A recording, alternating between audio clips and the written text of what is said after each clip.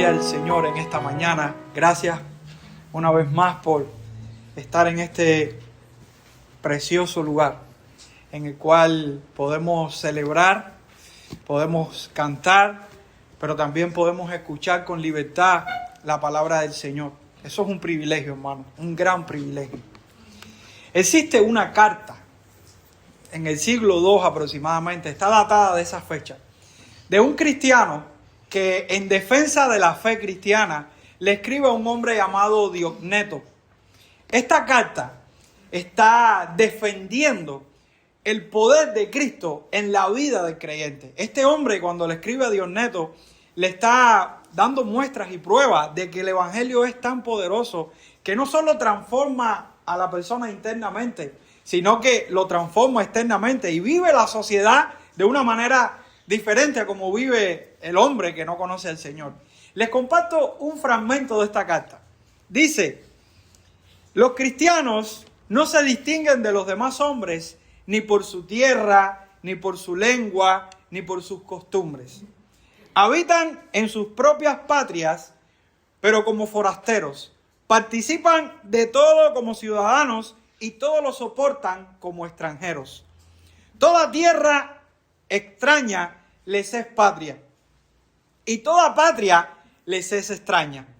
Se casan con todos y engendran hijos, pero no abandonan a los recién nacidos. Tienen la mesa en común, pero no el lecho. Están en la carne, pero no viven según la carne. Pasan su vida en la tierra, pero su ciudadanía está en el cielo. Obedecen las leyes establecidas y con su modo de vivir superan las leyes. En una palabra, lo que es el alma en el cuerpo, esos son los cristianos en el mundo. Y así la carta tiene otros argumentos, pero me quería detener en esto como introducción al mensaje de hoy. Porque en el mensaje de hoy vamos a estar hablando de la vida de Cristo en la vida del creyente. Y así le titulé al mensaje de hoy: la vida de Cristo en la vida del creyente. Y la verdad que vamos a defender es que no hay vida de Cristo en quien no le ama ni le obedece, porque su vida es revelada en los que están unidos a Él. Y te pregunto en esta hora, amado hermano, ¿puedes decir que Cristo mora en ti? ¿Cómo evalúas tu voluntad? ¿Cómo evalúas tus pensamientos? ¿Cómo evalúas tus decisiones? ¿Cómo evalúas tu carácter? ¿Cómo evalúas tu proceder en este mundo? Todo esto habla y grita quiénes somos nosotros. Porque acuérdense que a la abundancia del corazón habla la boca. Lo que está dentro de nuestro ser va a reflejar externamente la realidad de lo que somos. Entonces dice la palabra del Señor, y le invito a buscar en el Evangelio de Juan. Vamos a estar tratando en este día el capítulo 14, pero también quise detenerme en algunos versículos, no quise terminar el capítulo. Y vamos a estar tratando desde el versículo 18 hasta el versículo 24. Juan 14, 18, 24. Dice la Escritura: no os dejaré huérfanos, vendré a vosotros. Todavía un poco y el mundo no me verá más, pero vosotros me veréis, porque yo vivo, vosotros también viviréis. En aquel día vosotros conoceréis que yo estoy en mi Padre y vosotros en mí y yo en vosotros. El que tiene mis mandamientos y los guarda, ese es el que me ama. Y el que me ama será amado por mi Padre y yo le amaré y me manifestaré a él. Le dijo Judas, no al Iscariote: Señor, ¿cómo es que te manifestarás a nosotros y no al mundo? Respondió Jesús y le dijo: el que me ama, mi palabra guardará, y mi Padre le amará, y vendremos a él y haremos morada con él. El que no me ama, no guarda mis palabras, y la palabra que habéis oído no es mía, sino del Padre que me envió. Ahí terminamos el texto de hoy. Y les repito de nuevo la idea que vamos a compartir. Cristo vive en los suyos y su vida se hace visible en un amor que guarda sus mandamientos. En esto se resume el texto de hoy. Cristo vive en los suyos y su vida se hace visible en un amor que guarda sus mandamientos. Y los dos encabezados que dejé para compartir, el primero está basado en la vida de Cristo en unión con el creyente, desde el versículo 18 hasta el versículo 20. Y el segundo encabezado, desde el versículo 21 hasta el versículo 24, la vida de Cristo en el amor obediente del creyente. Entonces vamos a desarrollar estas dos ideas para sacarle al texto el mayor provecho posible en este tiempo que tenemos. La vida de Cristo en su unión con el creyente. El texto comienza diciendo: no os dejaré huérfanos, vendré a vosotros. Así le dice el Señor Jesús a sus discípulos en el aposento alto. Y por este verso nos encontramos con una expresión metafórica, pero una expresión que es real y que es teológica para ellos. ¿Qué era un huérfano? Era alguien que perdía sus tutores legales. Y una persona que era huérfano corría un alto riesgo en la sociedad. Tenía problemas de estar desprotegido legalmente, de estar desprotegido socialmente, era vulnerable económicamente al depender de las normas de la ley, se exponía a un riesgo de resquebrajamiento moral, porque al no tener un padre o un tutor que lo guiara, llegaba a conclusiones erróneas moralmente, pero también tenía afectaciones emocionales y problemas de identidad. Entonces, para los discípulos entender de que Jesús no les iba a dejar huérfanos, en un contexto del Nuevo Testamento o un contexto bíblico, ellos podían entender, llevándolo al mundo espiritual, de que ellos pudieran sentirse acompañados, de que ellos pudieran sentirse con instrucción moral, con instrucción espiritual. A partir de este momento, ellos tendrían que enfrentar una gran crisis. Y era que su maestro iba a morir. Su maestro se iba a ir de ellos. Y ellos podían llegar a conclusiones de que perdimos la posibilidad. ¿Quién nos va a enseñar ahora? ¿Quién nos va a instruir ahora? ¿Quién nos va a consolar ahora? ¿Quién nos va a animar ahora? Ahora estamos como esos niños huérfanos que no tienen un sustento que los pueda fortalecer. Pero Jesús conoce el corazón de sus hijos. Y Jesús le da la esperanza de que vendrá a ellos. Yo me voy, pero yo vendré a ustedes. Él les había dicho anteriormente, unos versículos antes, de que Él se iba e iba a preparar morada y que regresaría otra vez. Ahora, es interesante de que esta porción específica en la que Jesús está hablando en el texto de hoy no se está refiriendo específicamente a la segunda venida de Cristo corporalmente, ni tampoco a la resurrección de Cristo unos días después. ¿A qué se está refiriendo Jesús en el versículo de hoy, en el texto de hoy, con que vendrá a ellos? ¿Sabe a qué? Al advenimiento del Espíritu Santo como morada permanente en el pueblo del nuevo pacto. Del versículo 18 al versículo 24, Jesús está haciendo referencia a estar con ellos, a morar con ellos en su morada permanente de la venida del Espíritu Santo. Recuerden los dos versículos anteriores que predicamos en el mensaje pasado. Él les dice: yo rogaré al Padre y os dará otro consolador, para que esté con vosotros para siempre, el Espíritu de verdad, al cual el mundo no puede recibir, porque no le ve ni le conoce, pero vosotros le conocéis, porque mora con vosotros y estará en vosotros. Recordemos que el Espíritu moraba con ellos, estaba con ellos, pero no estaba en ellos como pueblo completo. No todos los que eran del pueblo de Dios eran beneficiados con la presencia universal del Espíritu en ellos. Entonces, ahora Jesús les está prometiendo que Él se va, pero que va a morar en ellos, que va a venir a ellos por medio de su Espíritu. Él vendrá otra vez a ellos y lo hará de esta manera. ¿Por qué? Porque el Espíritu les revelará, el Espíritu les glorificará, el Espíritu aplicará los méritos de Cristo en todo el pueblo de Dios.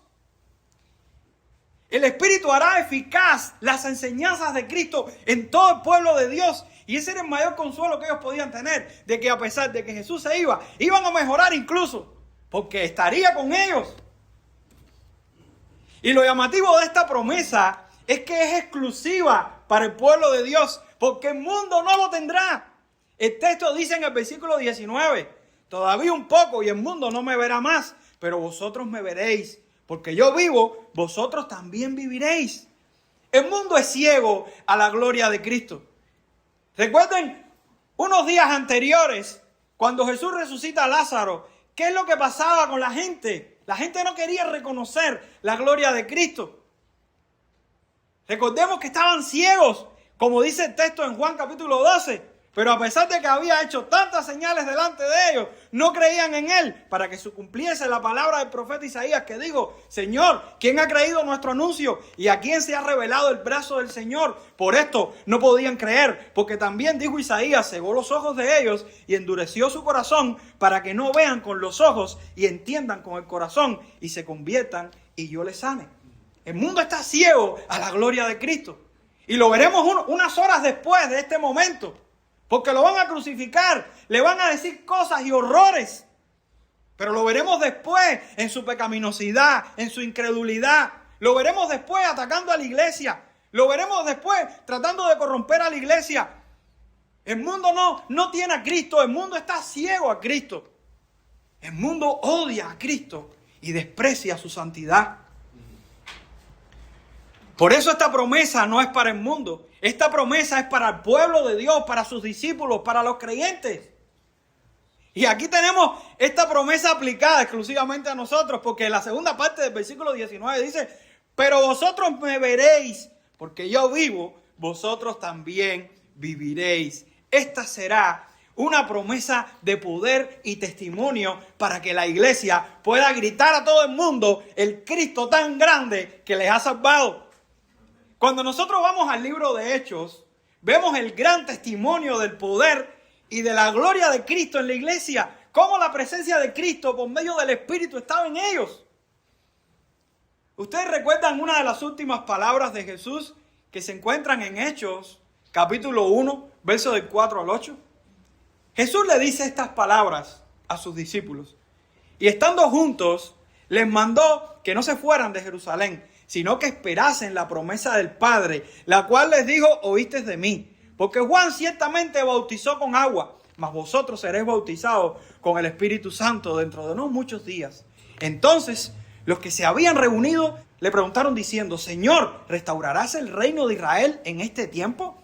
Y les dijo: no les toca a ustedes saber los tiempos y las sazones que el Padre puso en su sola potestad.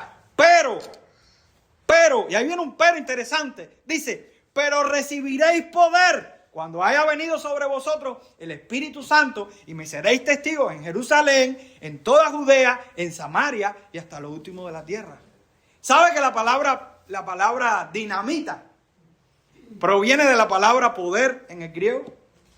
Y ese poder es un poder tan asombroso, tan grandioso, que será como una explosión en medio de este mundo. Y saben que la palabra mártir proviene de la palabra testigos, porque eran testigos a punto de dar su vida por Cristo. Fíjense el gran poder, el gran impacto que ocasionó el evangelio en la vida de estos hombres. Una vida de poder, una vida de testimonio ante los reyes, ante los perseguidores, ante el mundo. Pero esta es una vida completada en la obra de la salvación. Entonces el Jesús estar con ellos permanentemente en la obra de su Espíritu les daba el poder, no solo para predicar el evangelio, no solo para dar testimonio, sino para vivir la completa salvación, hermanos. Ellos vivían, ellos experimentaron toda la obra de la salvación, la justificación, la adopción, la santificación, y terminaron en la glorificación. Ellos pudieron experimentar todos estos efectos, todas estas dádivas, todos estos dones que da Jesús a su pueblo escogido, a su pueblo exclusivo, que somos nosotros parte de él también. Y vemos cómo las promesas condicionales en el pacto mosaico de si haces esto, serás esto. Vemos cómo en Cristo ahora nosotros somos eso, porque Él hizo las condiciones, las cumplió Él. Y nosotros por medio de Cristo podemos decir de que tenemos la vida. Y esta vida será posible porque ellos entenderán y experimentarán la vida de Cristo por la obra de su Espíritu. En el verso 20 nos dice: en aquel día vosotros conoceréis que yo estoy en mi Padre, y vosotros en mí, y yo en vosotros. Pentecostés es un punto clave para entender lo que va a suceder a partir de las palabras de Jesús. Nosotros hemos visto Pentecostés distorsionadamente, y muchas veces, por ejemplo, los que venimos de un contexto pentecostal, a veces vemos Pentecostés y estamos un poco confundidos y con sesgos en nuestra mente. Pero hay que hablar de Pentecostés, porque Pentecostés abrió la puerta que ellos no tenían abierta hasta ese momento.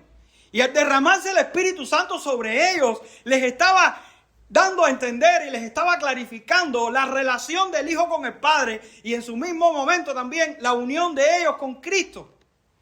Ese es el efecto que da Pentecostés en la vida de ellos. Y el punto de este conocimiento es que no es un conocimiento meramente intelectual ni meramente doctrinal. No, es un conocimiento experimental, vivencial.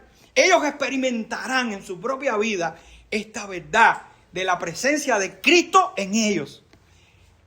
Fíjense este texto, es un texto un poco complejo, pero es importante. Él dice, yo estoy en mi Padre, después le dice, vosotros están en mí, y después le dice, yo estoy en vosotros. ¿Qué quiso decir Jesús con estas tres verdades? Yo estoy en mi Padre. Aquí Jesús está hablando de la economía de la salvación. Esta es la manera en la que el Dios Trino actúa históricamente para salvar al hombre. El Padre envía, el Hijo viene, muere y resucita, y el Espíritu aplica esta salvación en el pueblo de Dios. Ellos en este momento y anteriormente estaban confundidos, no tenían toda la claridad para entender esta obra de la salvación. Por eso muchos judíos no podían creer que Jesús era Dios, porque ellos estaban confundidos. Pero después que Jesús se vaya y que el Espíritu llegue a la iglesia de manera permanente, ellos van a entender con mayor claridad el plan y el propósito del Dios Trino en obrar. Por eso no podemos leer el Antiguo Testamento sin el Nuevo. Por eso tenemos que entender que el mejor comentario del Antiguo Testamento es el Nuevo Testamento. Por eso un judío o alguien que no entiende el Nuevo Testamento no puede comprender toda la verdad de la Escritura y toda la verdad del plan de salvación, porque necesitas que venga el Espíritu Santo, necesitas ver el testimonio de la iglesia, necesitas ver las cartas de los apóstoles para que puedas entender completamente todo lo que Dios diseñó para que el hombre sea salvo. Jesús no está explicando la Trinidad por dentro en esta parte. Jesús lo que está haciendo es explicando la unión con el Padre en su obra de salvación. Es lo que Jesús está explicando. Cuando Él dice, yo estoy en el Padre. Pero también Él le dice, vosotros están en mí. Los creyentes están unidos a Cristo. Y lo que ellos estaban mirando en este momento por fe que iba a suceder, o los antiguos que miraban por fe que iba a suceder, unas horas después, unos días después, lo van a ver como esa aplicación y esa consumación de lo que Cristo estableció. Ellos estaban por fe viendo las promesas, lo que iba a suceder. Ahora nosotros estamos por fe creyendo lo que sucedió y se estableció y se consumió. Jesús dijo, consumado es en esa cruz. Por eso los creyentes están unidos a Cristo, porque estamos cimentados en un nuevo pacto. Estamos cimentados en una obra que ya está consumada, que ya está completada. Y lo otro es que Cristo está en ellos y Cristo vive en ellos por medio de su Espíritu. No se nos puede olvidar el texto. Él está con ellos, pero estará en ellos. O sea, una vez que llegue Pentecostés, veremos un entendimiento más claro, veremos el cumplimiento de las promesas y veremos la morada permanente del Espíritu en el pueblo de Dios. ¿Acaso eso no es maravilloso? ¿Acaso no es maravilloso de que todos los que podamos decirnos que somos hijos de Dios o que somos del pueblo de Dios, somos creyentes verdaderos? Eso es maravilloso, hermano, porque podemos vernos con transparencia. Porque el Espíritu que está en mí está en ti. El Espíritu que me lleva a mí al arrepentimiento te lleva a ti al arrepentimiento. Porque aun cuando hay un conflicto entre nosotros, sabemos que a la larga, si somos de Dios, el Espíritu nos va a llevar al arrepentimiento. ¡Qué bendición! ¡Qué gozo para el pueblo de Dios, hermano! Entonces podemos decir y resumir que el Padre y el Hijo están unidos en esencia y esta unidad es absoluta e incapaz de crecimiento. Pero los creyentes gozamos de la comunión con el Dios Trino en esta salvación al evidenciar que estamos unidos a Cristo de una manera ética y espiritual. Y te pregunto en esta hora, ¿cómo manifiestas ese amor, esa unión con Cristo en tu vida? ¿Es evidente? ¿Qué hay de este amor que es evidente en ti? Aquellos que hemos creído en Cristo debemos evidenciar nuestra creencia.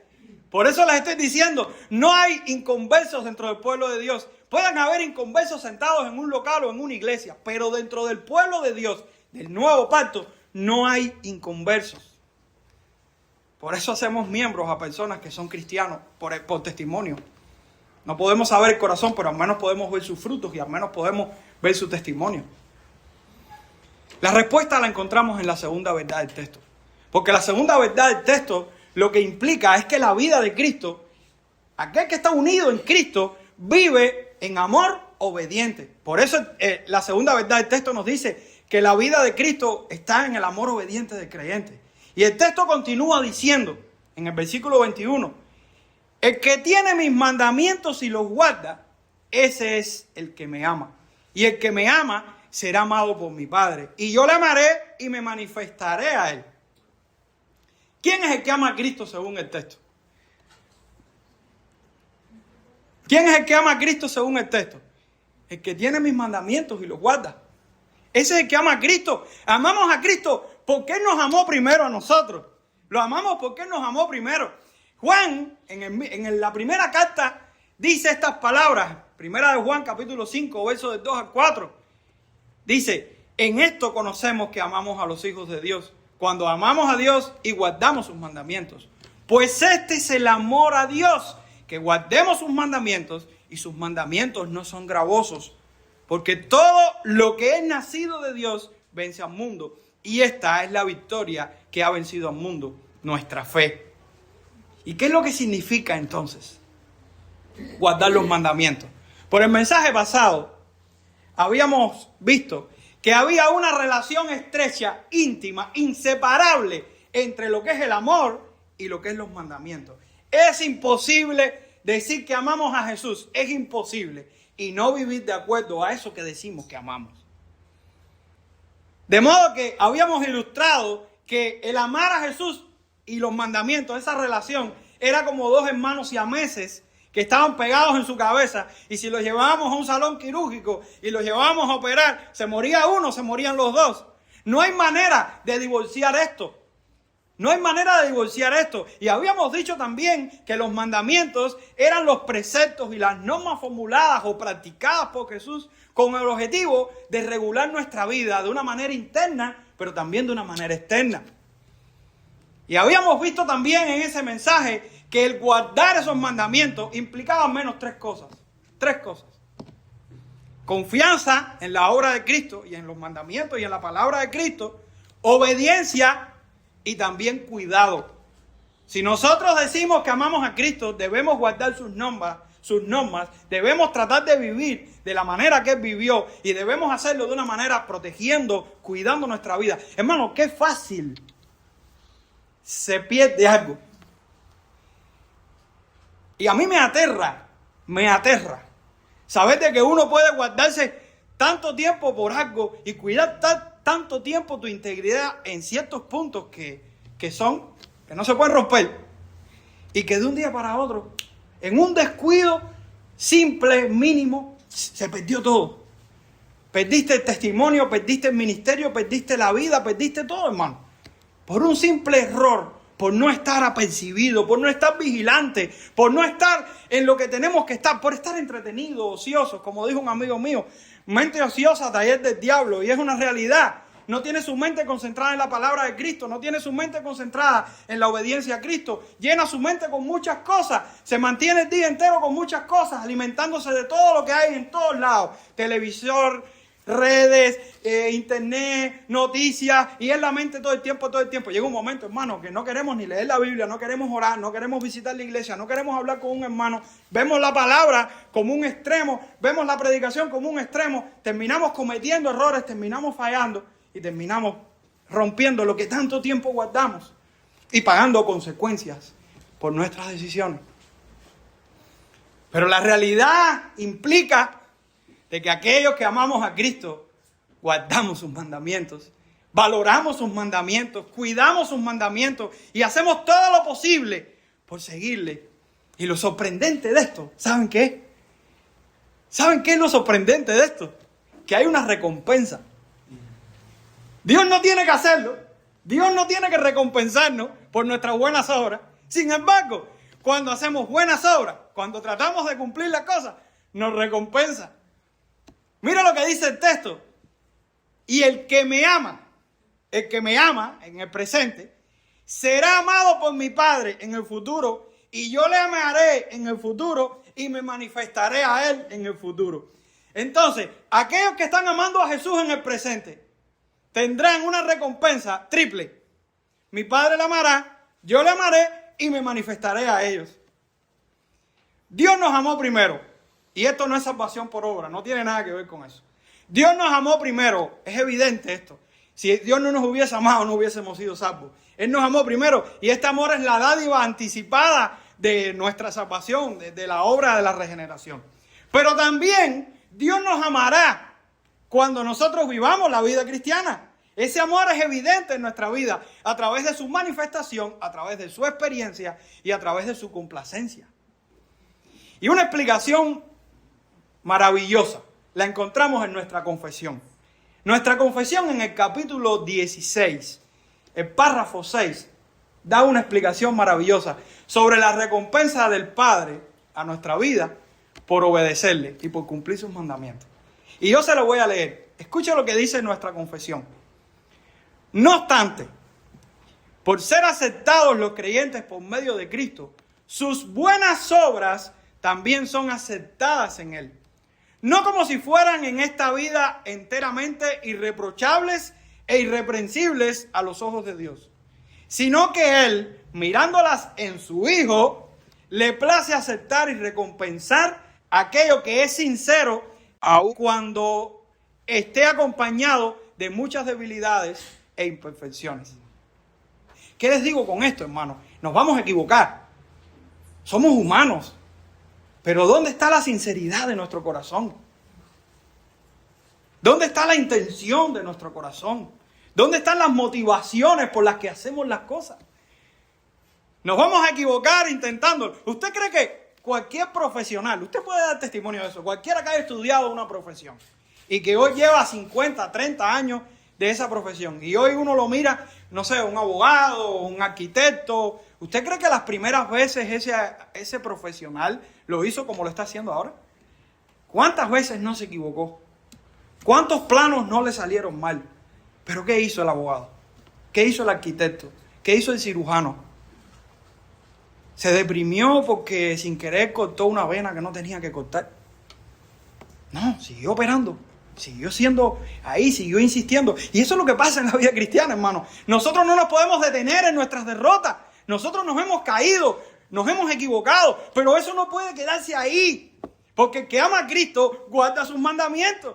Y ahí está la sinceridad de nuestro corazón. Cuando a pesar de que hemos caído en el fango, que nos hemos ensuciado, que hemos cometido errores, nos levantamos de nuestra derrota. Por el poder de Cristo, por el poder de su Espíritu. Porque acuérdense, el Espíritu está en nosotros. No hay gloria ninguna para el hombre. No hay gloria ninguna. Hay gloria para Dios totalmente. Porque no nos deberíamos levantar. Y sin embargo, Él pone en nosotros el querer como el hacer por su buena voluntad. Él pone en nosotros esa dádiva, ese poder y esa fuerza para levantarnos de nuestras derrotas. Pero nos tenemos que levantar. No nos podemos quedar ahí. Porque si nos quedamos ahí, lo que estamos es evidenciando otra cosa. En esencia, lo que refiere Jesús con esto es que el creyente en su vida, en esa vida de piedad, de santidad, de justicia, tendrá el apoyo del Padre, el apoyo del Hijo y el apoyo de su Espíritu. El Dios Trino obrando en la vida del creyente. Obrando en todos los sentidos, hermano. ¿Y qué promesa más gloriosa esta? Y ahora Judas, no el Iscariote, le hace una pregunta a Jesús. Y Judas le pregunta a Jesús: Señor, ¿cómo es que te manifestarás a nosotros y no al mundo? Primero le dice Señor, y eso es importante. Le está hablando al Señor, no le está hablando a cualquiera. La palabra expresada para hablar del mismo Dios, la que se traduce en el Antiguo Testamento para Dios, Adonai, Kurios en griego. ¿Cómo es que te manifestarás a nosotros y no al mundo? Judas tenía una falta de entendimiento, como todos los discípulos.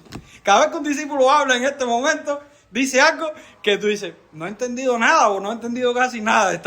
Pero es que es normal, es real. Tiene que venir el Espíritu, tiene que Cristo morir, tiene que Cristo resucitar, tiene que Cristo ascender. Y ellos tienen que entender que todavía falta un tiempo, no te apures, tranquilo, pero vas a ver cómo la obra de Dios va a actuar en nuestra vida como creyentes. Y Jesús le responde la pregunta por medio de su futura manifestación.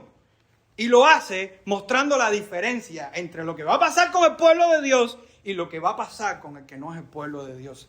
Y los versículos terminan en el versículo 23 y 24. Jesús le dice, respondió Jesús y le dijo, el que me ama, mi palabra guardará, y mi Padre le amará, y vendremos a él, y haremos morada con él. El que no me ama, no guarda mis palabras, y la palabra que habéis oído no es mía, sino del Padre que me envió.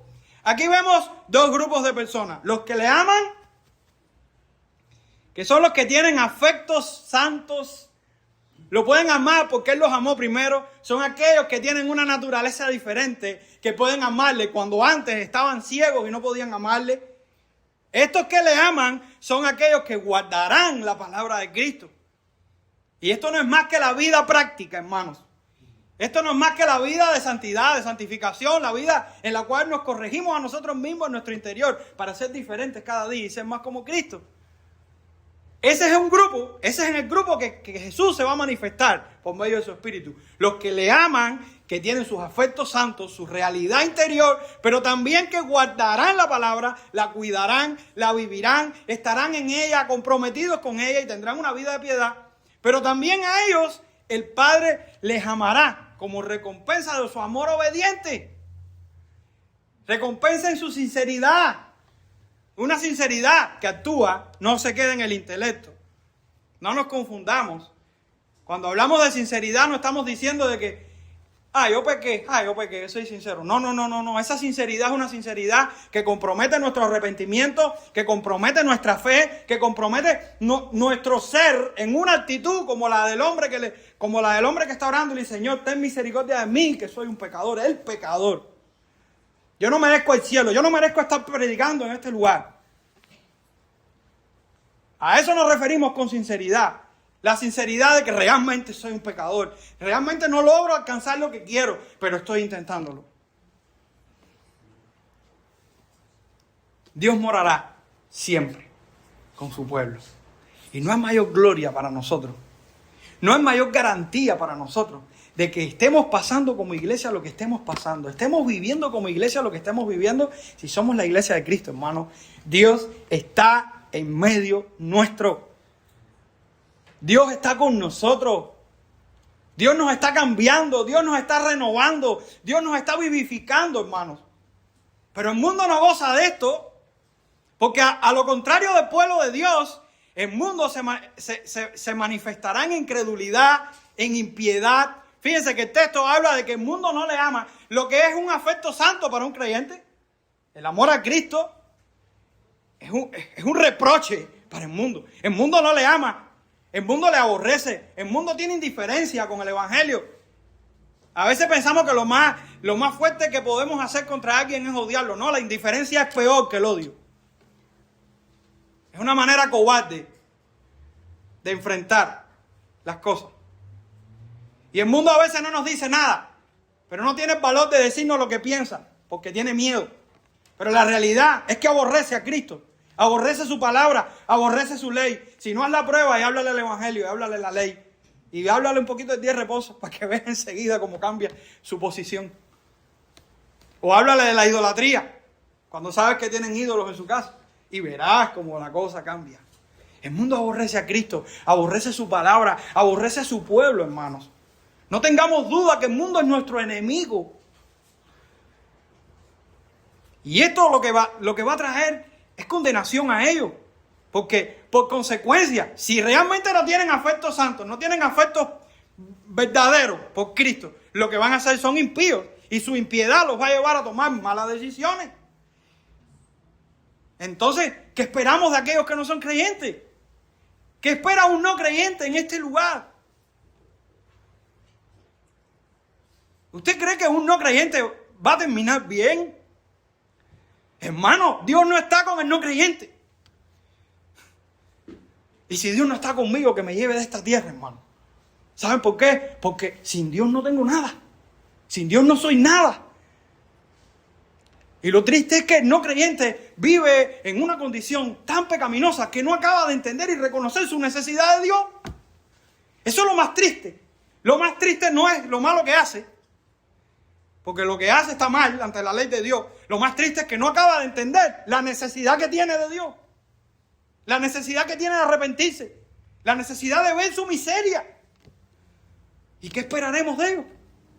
Lo triste es que el texto hace silencio. Porque cuando está hablando de los creyentes, el texto le está diciendo que mi Padre le amará y vendremos a Él y haremos morada con Él. Está hablando de los creyentes que aman a Dios y que guardan su palabra. Pero ahora a los incrédulos le está diciendo, el que no me ama no guarda mis palabras. Y la palabra que habéis oído no es mía, sino del Padre. O sea, no está diciendo, ahí el Señor está guardando silencio. ¿Por qué? Porque es evidente.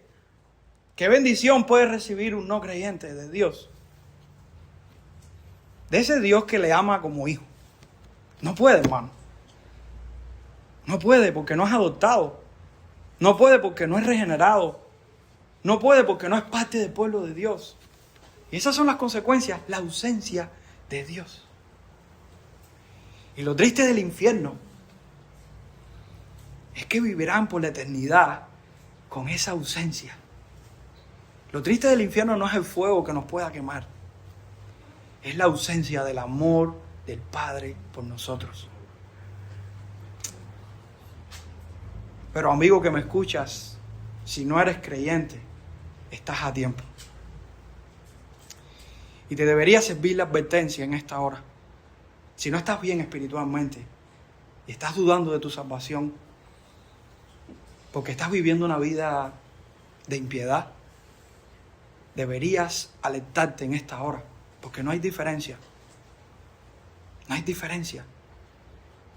Por lo menos a la vista humana, pudiéramos decir que aquella persona que practica el pecado es del diablo. Así lo dice Primera de Juan. El que practica el pecado es del diablo. El que no está en Cristo está en el otro bando, hermano.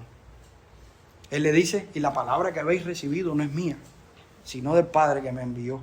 Quiere decir que la única autoridad que tiene el hombre para ser salvo, la única autoridad que tiene el hombre para ser renovado, la única autoridad que tiene el hombre para ser transformado es la autoridad de Cristo. Y si no venimos a Cristo, terminaremos como ese mundo. Pero amados hermanos, si nosotros somos de aquellos que hemos recibido a Cristo, que hemos creído en su palabra, que hemos confiado en su palabra, que hemos descansado en su palabra, tenemos el respaldo del Padre, tenemos el respaldo del Hijo y tenemos el respaldo del Espíritu. Y este mensaje debería dejarnos a nosotros con un gozo tremendo, extraordinario, sabiendo de que Dios está con nosotros, que Dios mora en nosotros, que ya el Espíritu fue derramado en Pentecostés y nosotros viviendo 2000 años después estamos disfrutando de esas dádivas que Dios derramó. ¡Qué gozo! Hermano, es la gloria de Dios en medio nuestro. Él está entre nosotros. Él está en nosotros. Él está con nosotros. Él está en nuestra vida. No hay vida de Cristo en quien no le ama ni le obedece, porque su vida se revela en los que están unidos a Él. ¿Vives para Cristo? ¿Vives para Cristo? ¿Tu voluntad está comprometida con Cristo? ¿Tus afectos están comprometidos con Cristo? ¿Tus pensamientos están comprometidos con Cristo? Si esto es real, alaba a Dios. Si esto es real, glorifica a Dios, porque Él ha puesto su espíritu en ti, porque Él ha puesto su dádiva en ti. Y hoy puedes levantar tu corazón al cielo y decirle: Padre mío, me has salvado, me has rescatado, me has liberado del pecado, me has liberado de la esclavitud, me has liberado de la miseria. Y hoy te puedo alabar, hoy te puedo adorar, porque tú eres mi Padre, porque tú eres mi Señor. Y hoy como hijo tuyo vengo arrepentido a ti, Señor. Si vives, hazlo para Cristo, porque Cristo vive en su pueblo por medio de su Espíritu. Oremos al Señor.